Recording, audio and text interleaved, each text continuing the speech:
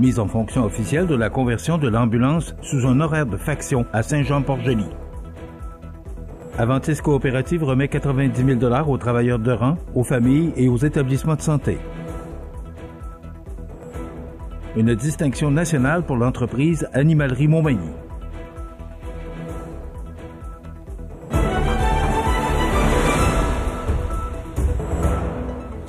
Mardi 26 août 2025. Bonjour mesdames et messieurs et bienvenue à votre bulletin régional sur le réseau de télévision CMA TV. C'est lundi matin qu'avait lieu la conférence de presse pour souligner la mise en fonction officielle de la conversion de l'ambulance sous un horaire de faction de Saint-Jean-Port-Joli. CMA TV était sur place. Écoutons le reportage de Mario Lacombe. Lundi, à la vigie de Saint-Jean-Port-Joli, les membres du comité d'action citoyenne de l'Île-et-Nord conviaient les médias afin de nous dévoiler les détails de l'aboutissement de leur projet, déjà vieux de 8 ans, de pouvoir desservir adéquatement la MRC de Lillet avec une conversion d'horaire assurant un service ambulancier 24 heures sur 24, 7 jours par semaine. M. Stéphane Lévesque, vice-président provincial à la Fraternité des travailleurs-travailleuses du préhospitalier du Québec et président du comité d'action citoyenne, nous résume un peu le dossier. L'objectif, là, c'était d'aller chercher justement de l'aide avec le comité, on est allé chercher l'appui au niveau de la Chambre de commerce. On a établi des liens avec eux, puis ça a porté les fruits quand même. Je veux dire, leurs membres ont adopté la même résolution que la municipalité de la MRC avait adoptée en 2019. Puis ils se rendaient disponibles si jamais on avait besoin de quelque chose. Là, on gardait les ponts ouverts avec eux si on avait besoin d'aide. Également, ça nous a permis justement de rencontrer le député. Parce que là, je voulais répartir un petit peu la charge là, de ce dossier-là, au lieu de l'avoir seulement sous mes épaules. Là, c'était sur les épaules de tout le comité.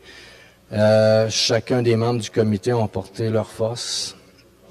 Et on s'est rencontrés à plusieurs reprises pour élaborer la stratégie.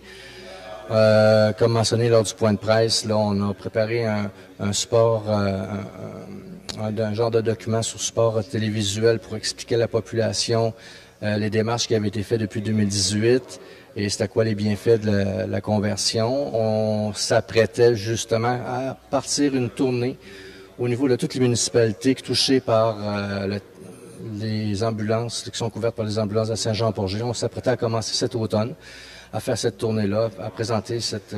Monsieur Lévesque nous explique ici quelles étaient leurs revendications au niveau de la conversion d'horaire.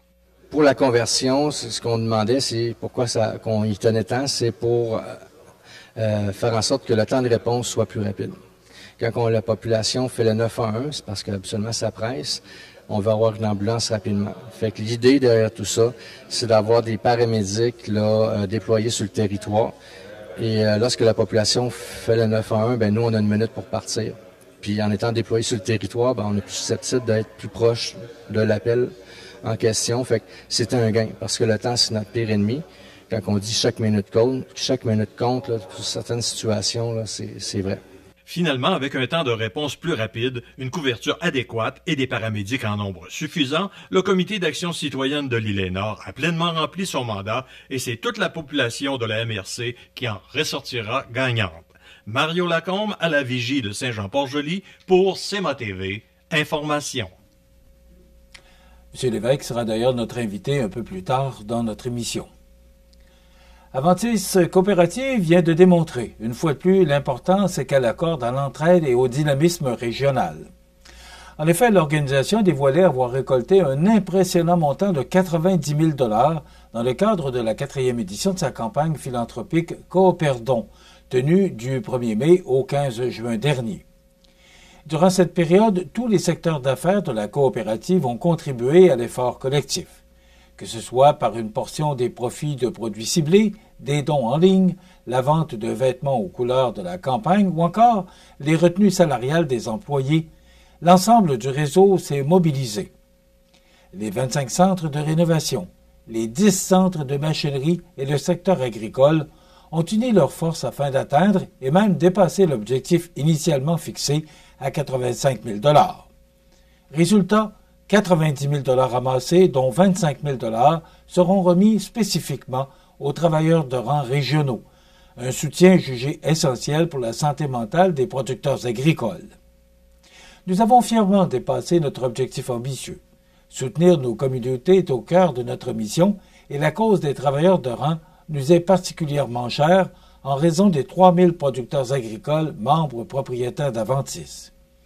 Il est essentiel pour nous de faire notre part pour leur santé mentale, a souligné Frédéric Martineau, président d'Aventis Coopérative. De son côté, le chef de la direction, Michel Delisle, a tenu à rappeler que ce succès repose sur l'engagement exceptionnel des employés et des partenaires. Nous remercions nos équipes pour leur implication tout au long de cette 4e édition, mais aussi pour avoir mobilisé nos clients. Depuis sa mise en place, la campagne coopérative connaît une progression constante au bénéfice de nos membres et de nos communautés. Au cours des prochaines semaines, les sommes recueillies seront remises aux différents organismes ciblés. Les établissements de santé et les maisons de famille recevront leurs chèques directement par les succursales d'Aventis et la remise officielle sera relayée sur les réseaux sociaux de la coopérative.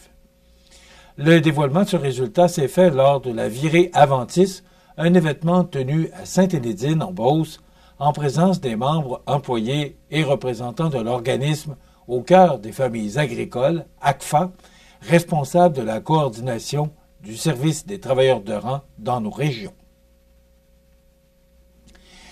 Une distinction nationale pour l'animalerie Montmagny. Tous les détails après la pause. Le restaurant Pizzeria Porto Bellissimo, un incontournable à Saint-Jean-Port-Joli. Pizza débordante de garnitures, menus variés et abordables. Délicieux desserts avec des produits de grande qualité des gâteries de l'Ami. Porto Bellissimo et les gâteries de l'Ami, route de l'église à Saint-Jean-Port-Joli. Exploratiel à l'église de Saint-Pierre de la Rivière-du-Sud. Pour les petits et les grands, planétarium, télescope, réalité virtuelle, prise de photos d'une galaxie. Vivez une immersion unique sous les étoiles. Exploratiel à l'église de Saint-Pierre de la Rivière-du-Sud. Vous regardez CEMA TV, le réseau de l'information sur la Côte-du-Sud. L'entreprise Animalerie Montmagny s'illustre une fois de plus sur la scène nationale en recevant le prix Fournisseur de services pour animaux exceptionnels, décerné par Animaux Compagnie Canada. Cette prestigieuse reconnaissance est remise, chaque année, à des entreprises qui se démarquent par leur engagement communautaire et leur promotion de la possession responsable d'animaux. Ce prix met en lumière les efforts constants de l'animalerie Montmagny et de sa propriétaire, Mme Louise Thibault, qui travaille à soutenir les familles et leurs animaux dans la région. L'entreprise ne se limite pas qu'à la vente de produits et services car elle s'implique activement dans des actions concrètes comme l'organisation de collecte de nourriture, la sensibilisation aux enjeux touchant les animaux de compagnie et l'appui offert à d'autres organismes œuvrant dans ce domaine. Les prix de la communauté d'animaux de Compagnie Canada sont réservés exclusivement aux membres de l'organisation et visent à honorer les individus et entreprises qui ont un impact positif dans leur milieu. Le processus de sélection repose sur la participation du public puisque ce sont les nominations et les votes de la communauté qui permettent de départager les finalistes. Les 5 candidats ayant obtenu le plus de mises en nomination par catégorie sont retenus et le ou la gagnante est déterminée par un vote populaire. Une règle stricte s'applique car les lauréats de l'année précédente ne peuvent se représenter afin de permettre à d'autres acteurs d'être mis en valeur. Les prix sont remis dans plusieurs régions du pays, que ce soit à l'ouest, à l'est ou au Québec, et certains prix spéciaux, comme le prix de la philanthropie John & Kelly Air, sont dévoilés lors de grands événements de l'industrie, notamment à Toronto. Excusez-moi. Pour Montmagny, cette victoire revêt une signification toute particulière. Elle confirme que même une entreprise locale peut rayonner à l'échelle nationale lorsqu'elle place la communauté et le bien-être animal au cœur de sa mission. Toute l'équipe de CEMA TV tient à féliciter chaleureusement Mme Thibault et ses employés pour cette réalisation remarquable qui met en valeur la Côte-du-Sud et son dynamisme. D'ailleurs, Mme Louise Thibault sera notre invitée dans l'émission de mercredi, pour nous donner plus de détails sur la réception de ce prix. Donc, elle sera notre invitée demain. C'est aujourd'hui, mardi, que des milliers d'élèves reprennent le chemin de l'école partout au Québec. Une rentrée qui signifie aussi un achalandage accru sur nos routes avec le retour des autobus scolaires, des piétons, des cyclistes et des brigadiers. À cet effet, la Sûreté du Québec a annoncé qu'elle intensifiait ses interventions aux abords des établissements scolaires depuis lundi, le 25 août, et ce, jusqu'au 5 septembre prochain, afin d'assurer la sécurité de tous. Les automobilistes sont invités à redoubler de prudence et à respecter scrupuleusement les règles de circulation. Dans une zone scolaire, il est important de rappeler que les amendes pour excès de vitesse sont doublées lorsqu'elles sont commises durant les heures de classe. Ces périodes sont clairement indiquées par la signalisation routière et, à défaut, elles s'étendent de 7h à 17h du lundi au vendredi de septembre à juin. Un rappel crucial concerne aussi l'arrêt obligatoire devant un autobus ou minibus scolaire. Tout usager de la route, y compris les cyclistes, doit s'immobiliser à plus de 5 mètres lorsqu'un autobus actionne ses feux rouges intermittents ou déploie son panneau d'arrêt.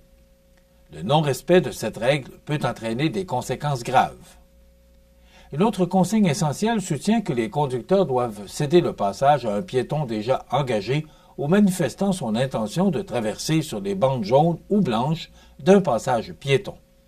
De plus, les ordres des agents de la paix, brigadiers scolaires ou signaleurs routiers doivent primer sur toute autre signalisation. La prudence s'impose également aux abords des écoles, là où plusieurs parents déposent leurs enfants. Le stationnement en double ou les virages en U sont des manœuvres imprudentes qui augmentent les risques d'accident. Il est recommandé d'utiliser uniquement les zones prévues à cet effet pour assurer la sécurité des élèves. La Sûreté du Québec rappelle enfin que cette opération s'inscrit dans la stratégie provinciale de sécurité routière PISTE, qui repose sur le partenariat, l'intervention, la sensibilisation, la technologie et l'évaluation. L'objectif est d'améliorer le bilan routier et de protéger les plus vulnérables, particulièrement les enfants, à l'aube d'une nouvelle année scolaire.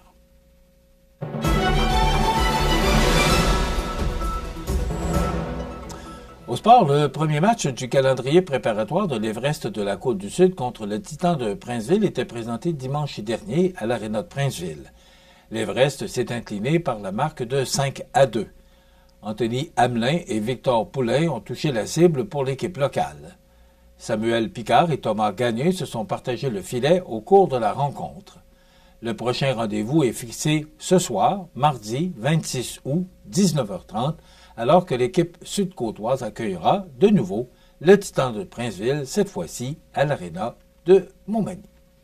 Et en terminant, je vous tiens à vous rappeler qu'à compter d'aujourd'hui, mardi le 26 août, CMA-TV vous présentera un nouveau site Internet, un nouveau site Web.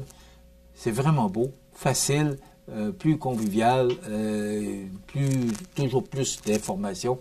Donc, je vous invite à consulter notre nouveau site Web au www.cmatv.ca. Aux alentours de mardi midi, à peu près. Ça dépend de nos techniciens d'informatique. Mais quand même, je vous le dis, ça sera vraiment beau. On est bien fiers. Et voilà, c'est comme ça que se termine notre bulletin d'information. Dans un moment, les prévisions de la météo et le menu de cette journée du mardi 26 août. Stéphane Lévesque, qui sera notre invité, sera là pour les deux sections ou les segments d'entrevue. Donc, il viendra nous parler des tenants et des aboutissants de ce changement d'horaire de faction en horaire à l'heure pour les ambulanciers de Saint-Jean-Port-Joli. Et bien sûr, on commentera l'actualité de fin d'émission. Je vous rappelle que ce ne sont pas les sujets qui manquent. Je vous souhaite donc une excellente émission à notre antenne.